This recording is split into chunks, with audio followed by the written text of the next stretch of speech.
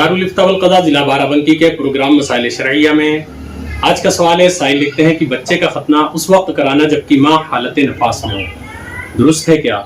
और क्या खतना के वक्त माँ का रोज़ा रखना ज़रूरी है? बिस्मिल्लाहिर्रहमानिर्रहीम। अल-जवाब वबिल्लाहि तौफीक। खतने का कोई ख़ास वक्त मुतय्यन नहीं है कि खतना किस वक्त कराया जाए।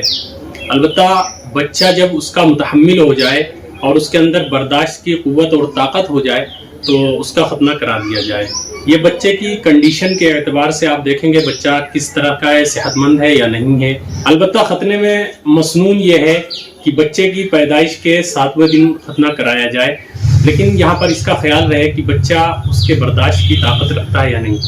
और मज़कूर फिर सवाल जो ये जिक्र किया गया है कि औरत की हालत नफास में खतना कराया जाए या ना कराया जाए, तो इसका जवाब यह है कि इससे बच्चे के खतने का कोई ताल्लुक नहीं, औरत पाक हो या नापाक हो। दूसरा जुज़ ये है कि जब बच्चे का खतना कराया जाए तो उसकी माँ का रोज़ा रखना ज़रूरी है।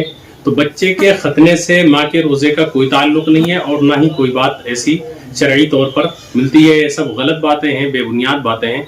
खुलासा ये है कि औरत की पाकी नापाकी और रोज़े का ताल्लुक बच्चे के खतने से नहीं है।